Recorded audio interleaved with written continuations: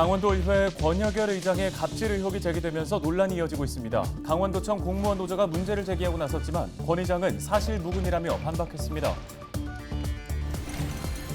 강릉 월화거리가 지역을 대표하는 도심 관광 명소로 자리 잡았습니다.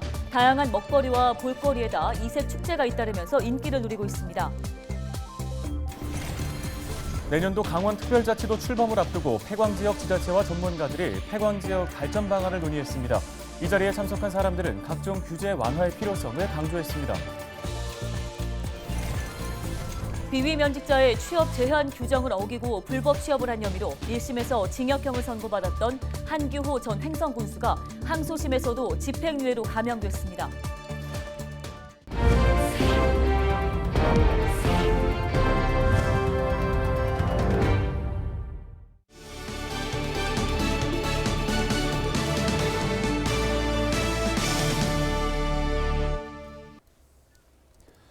시청자 여러분 안녕하십니까? 헬로티비 뉴스입니다. 강원도청 공무원 노조가 강원도의회 권혁열 의장의 갑질 의혹을 제기했습니다. 노조는 권 의장이 공무원들에게 폭언을 하고 도열 인사를 하게 했다고 주장하는데요. 네, 권 의장은 사실무근이라며 반박했습니다. 전소연 기자가 보도합니다. 지난 7일 강원도청 공무원 노동조합이 낸 성명서입니다. 노조는 성명서에서 권혁열 강원도의회 의장이 공무원을 상대로 갑질을 했다고 주장합니다. 권 의장이 본회의 때마다 강원도 실국장에게 도열 인사를 지시했다는 겁니다. 또 본인의 관용 차량이 작다며 예산을 들여 의전 차량을 바꾸도록 했다고 지적합니다. 제네시스 G80 전기차가 의장 차였는데 차가 작대요. 장거리 뛰는데 불편하니까 차를 바꿔라. 근데 공용 의전 차량이 있는데 제네시스 G90 1억 2천짜리를 그거를 이제 그 임차로 해가지고. 권 의장은 제기된 의혹을 전면 부인합니다. 근거 있으면 내가 인정하겠는데 전혀 사실무근한 일이에요. 아침에 일어나면은 이제 수행비서들하고 그냥 우리 의원들이 다뤄놓고 먹어요. 그 8천원짜리 100번 먹습니다. 그걸 가지고 뭘 그건 관례적으로 할 수 있는 건데. 강원도 실국장 도열 인사의 경우 서로 얼굴을 맞대고 소통하자는 차원에서 실시한 것이고 관용 차량은 내연 기한이 다 끝나서 차량을 바꾼 것이라고 해명했습니다. 권 의장의 갑질 논란은 정치권 공방으로 번졌습니다. 더불어민주당 강원도당은 논평을 내고 권 의장이 도의회 수장으로서 자격이 없다며 의장직 사직을 요구했습니다. 그러자 국민의힘 강원도당은 민주당 강원도당이 사실관계를 제대로 파악하지 않고 노조의 입장을 그대로 베껴 논평을 썼다며 더 이상 아니면 말고식의 세상이 되어서는 안 된다고 비판했습니다. 양측의 입장이 엇갈리는 가운데 국민의힘은 공무원 노조가 제기한 문제에 대해 제대로 된 사실관계를 파악하겠다는 입장입니다. 헬로티비 뉴스 전소연입니다. 강릉 와인축제가 도심 한가운데 강릉 월화거리에서 열렸다고 합니다. 또 다음 주에는 장칼국수, 옹심이 등을 주제로 한 누들 축제 등도 이곳에서 잇따라 개최되는데요. 네, 강릉 중앙시장 인근에 조성된 강릉 월화거리가 볼거리 또 즐길거리를 갖추며 어느새 강릉을 대표하는 도심 속 관광 명소가 되고 있습니다. 보도에 최성식 기자입니다. 진한 붉은색부터 핑크색과 투명한 와인까지 각종 와인들이 한자리에 모였습니다. 올해 처음 열린 강릉 와인 축제입니다.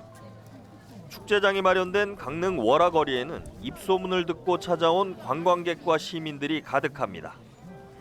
와인 업체와 유통회사, 와이너리 등이 무료 시음과 함께 다양한 정보를 제공합니다. 원래도 평소에 와인을 좀 좋아하긴 했는데 와서 이렇게 시음하면서 여러 가지 와인 맛볼 수 있어서 좋고요. 좀 이렇게 강원도에서 만드는 와인들도 맛볼 수 있어서. 특히 인근 전통시장에서 2만 원 이상을 구매한 영수증을 가져오면 특별 시음존을 무료로 이용할 수 있도록 하는 이벤트도 마련됩니다. 특별 시음존에는 각종 와인에 대한 소개와 직접 맛을 볼 수 있도록 종류별 와인을 준비해놨습니다. 시장에서 음식을 사서 오시면 여기 안에서 뭐 특별 시음존이라든지 부스 내 시음이라든지 다양한 프로그램들을 즐길 수 있고요. 그리고 지금 다양한 와인샵들이 지금 부스에 참가를 하셨습니다. 그래서 여기 오시면 저렴하게 와인을 또 구매도 하고. 오는 16일부터는 월화거리 일대에서 전통 국수 요리를 주제로 한 축제도 마련됩니다. 강릉의 대표 음식인 장칼국수와 옹심이, 짬뽕 등을 한 곳에서 즐길 수 있는 행사입니다. 다양한 먹거리와 볼거리에다 이색 축제가 잇따르면서 이곳 강릉 월화거리가 강릉을 대표하는 도심 속 관광 명소로 자리 잡았습니다. 강릉역에서 강릉 월화거리까지는 불과 1km 남짓. 여기에 강릉 중앙시장과 접해 있고 저마다의 메뉴로 경쟁하는 음식점, 카페가 즐비하다는 점도 월화거리의 매력도를 높이는 데 한몫합니다. 과거 철도가 지나던 다리를 새롭게 꾸민 월화교를 건너 폐터널까지 이어지는 산책로는 사진 찍기 명소로도 인기입니다. 그래서 우리 강릉시에서도 거기에 걸맞게 많은 관광 콘텐츠를 저희가 이제 개발해서 월화거리에 지금 이제 볼거리, 먹거리를 좀 더 확충해야 된다고 그렇게 생각하고요. 그 철교를 활용한 저희가 이제 분수공원 조성이라든가 구노암 터널을 활용한 그런 미디어 아트쇼라든가 그런 다양한 볼거리, 즐길거리를 저희가 준비하고 있습니다. 사계절 관광객들의 발길이 이어지는 강릉 월화거리. 전통과 현대가 어우러지면서 새로운 관광 명소로 탈바꿈하고 있습니다. 헬로티비 뉴스 최성식입니다. 1990년대 탄광 산업이 막을 내린 지 30년이 지났습니다. 사람이 떠난 자리, 탄광이 있던 곳은 유령 마을이 됐는데요. 폐광지 개발을 지원하는 법은 이미 제정돼 있는데 눈에 띄는 변화는 찾아보기가 어렵습니다. 전문가들은 규제 완화를 해법으로 꼽습니다. 김수아 기자입니다. 인적 하나 없이 썰렁함만 감도는 거리. 한때 주민 1000여 명이 살았던 탄광 1번지 만항마을입니다. 탄광이 폐쇄된 지 22년.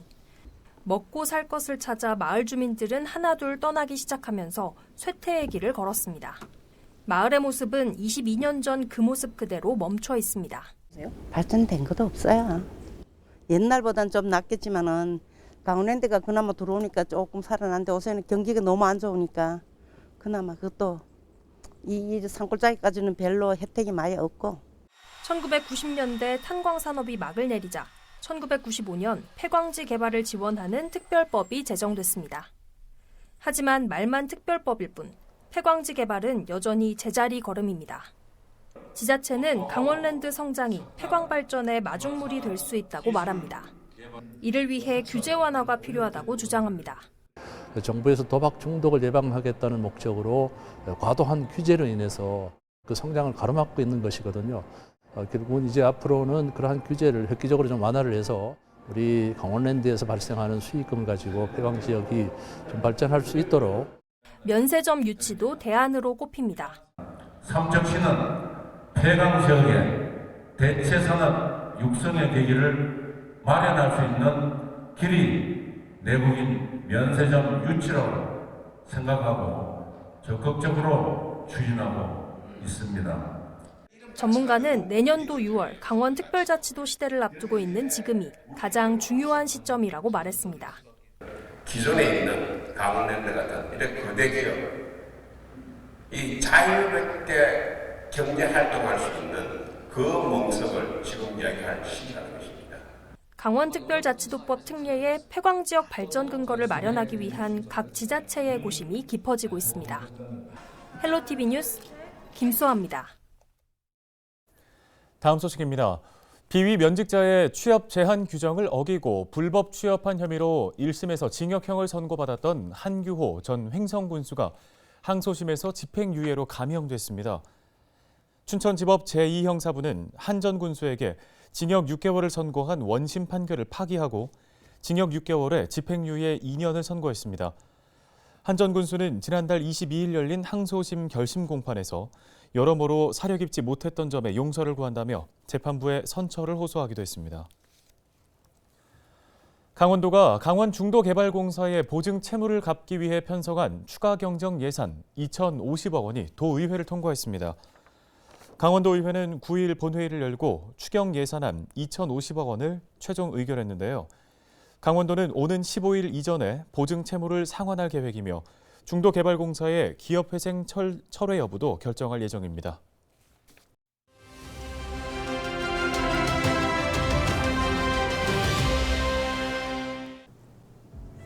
2023학년도 수능 성적표가 9일 오전 수험생들에게 전해졌습니다. 수험생들은 원서를 접수한 학교에서 성적표를 받거나 온라인으로 받아볼 수 있는데요. 졸업생이나 검정고시 수험생은 9일부터, 재학생은 12일부터 발급이 가능합니다. 성적표를 받아든 순간부터는 이제 본격적인 정시 레이스가 시작되는데요. 한국교육과정평가원의 자료를 보면 국어 영역은 지난해보다 평이했지만 수학이 지난해만큼 어려웠습니다. 그래서 문이과 통합수능 2년 차인 올해도 역시 자연계열 응시자가 정시에서 유리한 이른바 문과 침공 현상이 이어질 것으로 보입니다. 지난해를 보면 수학에서 경쟁력 있는 이과 수험생들이 문과로 대거 지원하는 교차 지원이 활발했는데 올해도 이런 현상이 더욱 짙어질 거란 전망이죠. 정시 모집 일정은 오는 29일부터 내년 1월 2일까지입니다. 수시 2월 인원이나 수능 변환 점수 등을 살펴서 본인에게 유리한 정시 지원 전략을 세워야 할 텐데요. 입시의 마지막 관문까지 수험생 여러분 모두 좋은 결과 있으시길 바랍니다. 데일리 브리핑이었습니다.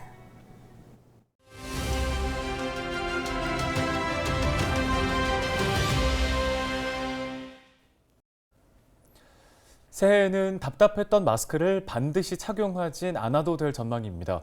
전문가 의견 수렴 등의 논의를 거쳐야 하겠지만 정부가 이르면 내년 초에 실내 마스크 의무 착용을 해제하고 권고와 자율에 맡길 수 있다는 계획을 내놨는데요. 네, 낮아진 코로나19 치명도와 세계적 방역 완화 추세 등을 고려한 조치인데요. 시민들은 어떻게 생각할까요? 여론은 지금에서 들어봤습니다.